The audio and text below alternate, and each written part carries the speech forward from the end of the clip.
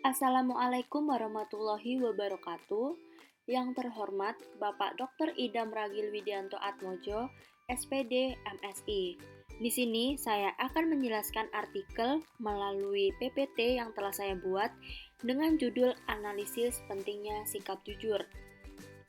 Sebelumnya, perkenalkan nama saya Azra Ciptaning Tias Rukmi, NIM K7121063 dari kelas 1D. Tinjauan pustaka. A. Definisi. Jujur yaitu sikap atau sifat seseorang yang menyatakan sesuatu dengan sesungguhnya dan apa adanya, tidak ditambah-tambahi ataupun tidak dikurangi. Jujur dalam arti kecil adalah sesuainya ucapan lisan dengan kenyataan, dan arti jujur dalam pengertian yang lebih luas adalah sesuainya lahir dan batin. Kejujuran menurut Subaidi tahun 2011 halaman 79 adalah kemampuan menyampaikan kebenaran, mengakui kesalahan, dapat dipercaya, dan bersikap secara hormat. Kejujuran tidak luput dari unsur moral, sopan, dan beretika. Lalu, sikap jujur merupakan perilaku yang ditandai dengan melakukan perbuatan yang benar, mengucapkan perkataan dengan apa adanya tanpa menambah-nambahkan atau mengurangi apa yang ingin disampaikan dan mengakui setiap perbuatan yang dilakukan baik positif maupun negatif. Sikap jujur menjadi penting karena dengan mengakui apa yang kita pikirkan, rasakan, dan lakukan sebagaimana adanya, seseorang dapat terhindar dari rasa bersalah yang timbul akibat kebohongan yang dia lakukan. Terbiasanya anak dalam berperilaku jujur akan membuat anak tersebut menjadi pribadi yang baik hingga kelak dia dewasa. Sebagai penerus bangsa, calon pemimpin negara hendaklah berperilaku jujur agar tidak terjerumus ke dalam ketamakan dan kerakusan dalam memimpin. Kelak, anak penerus bangsa akan jauh dari kasus korupsi dan segala hal perbuatan yang dilakukan atas dasar ketidakjujuran karena telah membiasakan diri dalam berperilaku jujur. Selanjutnya, dalam postingan Ardiansyah tahun 2010, tingkatan kejujuran sebagai berikut. 1. Kejujuran dalam ucapan yaitu kesesuaian ucapan dengan reality. 2. Kejujuran dalam perbuatan yaitu kesesuaian antara ucapan dan perbuatan. Dan 3. Kejujuran dalam niat adalah kejujuran tertinggi di mana ucapan dan perbuatan semuanya hanya untuk Tuhan. Selanjutnya, menurut Ait tahun 2011, macam-macam kejujuran sebagai berikut. 1. Jujur dalam ucapan. Wajib bagi manusia untuk menjaga ucapan untuk tidak berkata kecuali benar dan jujur. 2. Jujur dalam tekad dan memenuhi janji. Manusia harus menepati janjinya karena janji itu adalah hutang. 3. Jujur dalam perbuatan seimbang antara lahir dan batin. Dan 4. Jujur dalam kedudukan agama adalah kedudukan yang paling tinggi. Sebagaimana jujur dalam rasa takut, penantian, dalam rasa cinta dan tawakal. Jika seseorang menjadi sempurna karena kejujurannya, maka akan dikatakan orang ini adalah benar dan jujur. Selanjutnya, menurut Nugroho tahun 2010, faktor-faktor kejujuran sebagai berikut. 1. Jujur dapat menguntungkan diri sendiri dan orang lain. Apabila kita jujur, otomatis kita akan dipercaya oleh orang lain, dan orang lain akan puas dengan pekerjaan kita karena jujur. 2. Jujur itu ibadah. Di setiap kitab suci pasti ada perintah untuk bersikap jujur dan larangan untuk berbohong. 3. Jujur membuat kita percaya diri. Apabila kita percaya diri dengan pekerjaan kita, otomatis kita akan percaya diri dengan pekerjaan yang kita kerjakan sendiri. Dan 4. Jujur membentuk pandai. Bila Anda jujur terhadap kemampuan yang Anda miliki waktu ini, tentu Anda akan menyadari bahwa kita memiliki kelebihan dan kekurangan. B. Ciri-ciri. Terdapat 10 ciri-ciri jujur. Di antaranya, 1. Tidak bersikap pura-pura, 2. Berkata apa adanya, 3. Tidak berkata bohong, 4. Tidak menipu diri sendiri maupun orang lain, 5. Mau mengakui kelebihan dan kekurangan orang lain, 6. Dapat menjadi kepercayaan atau amanah dari orang lain, 7. Dapat menjadi kepercayaan dari orang tua dan keluarga, 8. Tidak mengambil hak milik orang lain, 9. Tidak merugikan orang lain, dan 10. Tidak membohongi diri sendiri maupun orang lain.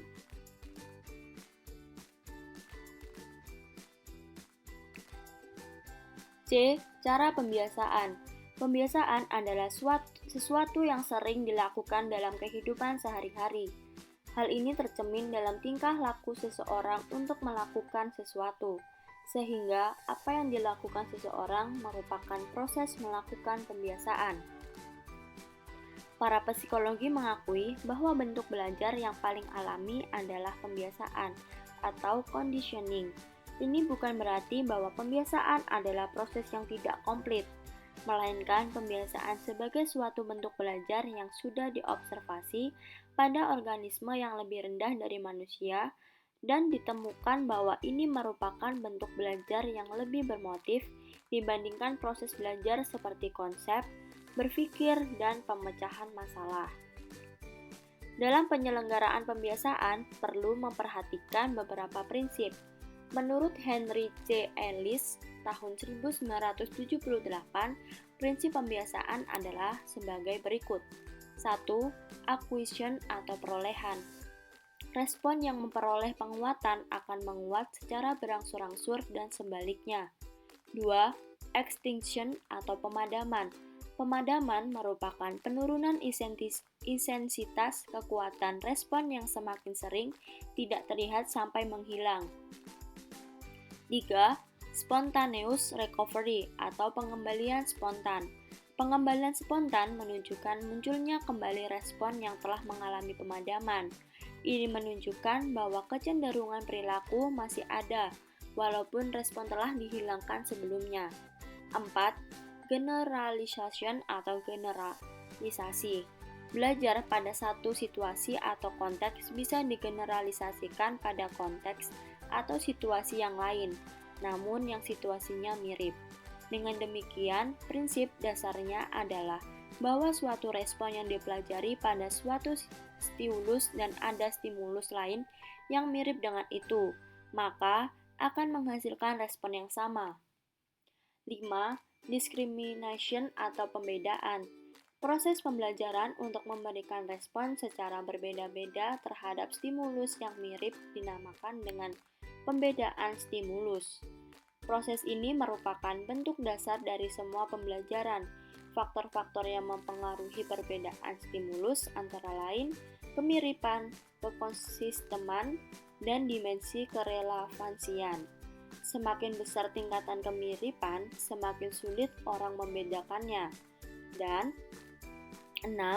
Differentiation atau perbedaan. Perbedaan adalah proses yang mirip dikuatkan secara berbeda. Dalam hal ini, satu respon dikuatkan sementara respon yang lain dilemahkan. Menurut Al-Fawruzi tahun 2010, terdapat program pendidikan yang dapat membantu sekolah dalam membiasakan kejujuran peserta didik. Di antaranya, 1. Kantin kejujuran. Program ini akan melatih peserta didik ketika dia membeli makanan tanpa ada penjaganya. Apakah akan tetap membayar dengan utuh atau dikurangi, sehingga peserta didik terbiasa berbuat jujur. 2. Setiap ujian dilakukan. Soal yang diberikan oleh seorang guru lebih baik sedikit, tetapi setiap peserta didik berbeda. Hal ini akan menghindari perbuatan curang yang sering terjadi. 3. Menyeimbangkan aspek hukuman dan penghargaan. Menghargai seseorang karena karyanya dianggap bagus oleh orang lain merupakan kebahagiaan yang sangat berharga. Apalagi ini terjadi pada peserta didik yang diberi penghargaan atau sekedar ucapan selamat oleh gurunya atas prestasi yang diraihnya. 4. Proses penilaian bukan hanya dari hasil ujian saja, tetapi juga bagaimana cara mendapatkan jawaban soal itu. Dengan memperhatikan proses belajar siswa, maka sebenarnya peserta didik telah dididik bagaimana cara mengerjakan sesuatu dengan cara yang benar. Dan 5. Evaluasi hasil dari proses belajar. Hal ini menjadi wajib dalam pendidikan karakter. Evaluasi terhadap hasil dan proses belajar peserta didik harus dilakukan dengan intensif dan berkala. Peserta didik yang mendapatkan hasil kurang memuaskan, tetapi hasil kerja keras sendiri ketika ujian harus dicari penyebabnya. Setelah diketahui penyebabnya, guru mampu mengambil tindakan sebagai solusi dari permasalahan peserta didik tersebut. Menurut Irwandi Rinaldi tahun 2014, terdapat 3 langkah yang dapat dilakukan orang tua dalam membiasakan karakter jujur pada anak, yaitu 1. Memberitahu anak. Hal ini dapat dilakukan melalui cerita bersama anak, sehingga anak memiliki basis informasi. 2. Memberikan teladan atau contoh kepada anak dan memberikan tanggung jawab. Hal ini dapat dilakukan oleh orang tua bagaimana seorang anak mampu untuk mengelola uang jajan yang diberikan kepada anak dengan baik. Dan 3. Lakukan tindakan itu dengan berulang-ulang serta dokumentasikan. Berdasarkan uraian tersebut, prinsip pembiasaan sangat diperlukan dalam proses pembelajaran khususnya dalam pembentukan tingkah laku. Individu akan tetap melakukan suatu kebaikan jika mendapat respon yang positif dari lingkungan atau adanya stimulus respon dan reinforcement, begitu juga sebaliknya. Prinsip yang mendasar adalah bahwa perilaku yang tidak sehat juga diperoleh melalui pembiasaan, sebagaimana mengembangkan karakter jujur diperoleh melalui pembiasaan. Maka, berbohong atau berdusta pun yang merupakan perilaku menyimpang tentunya diperoleh dari pembiasaan, yakni dari belajar. Kesimpulan, penanaman karakter jujur pada individu terutama sejak usia anak sangat penting dilakukan untuk bisa membentuk masa depan generasi penerus bangsa yang jujur dan tidak berperilaku menyimpang dalam kehidupan dirinya sendiri maupun dalam kehidupan berbangsa dan bernegara. Peran guru dan orang tua dalam menanamkan karakter jujur ini sangat penting. Ada banyak langkah yang bisa dijalankan, dan yang paling penting adalah bagaimana menanamkan kesadaran yang utuh kepada anak agar menjadikan kejujuran sebagai sebuah hal yang positif bagi kehidupannya, sehingga anak mampu memiliki pemahaman akan perbedaan karakter baik dan buruk serta apa konsekuensinya dalam kehidupan. Sekian presentasi dari saya. Terima kasih. Wassalamualaikum warahmatullahi wabarakatuh.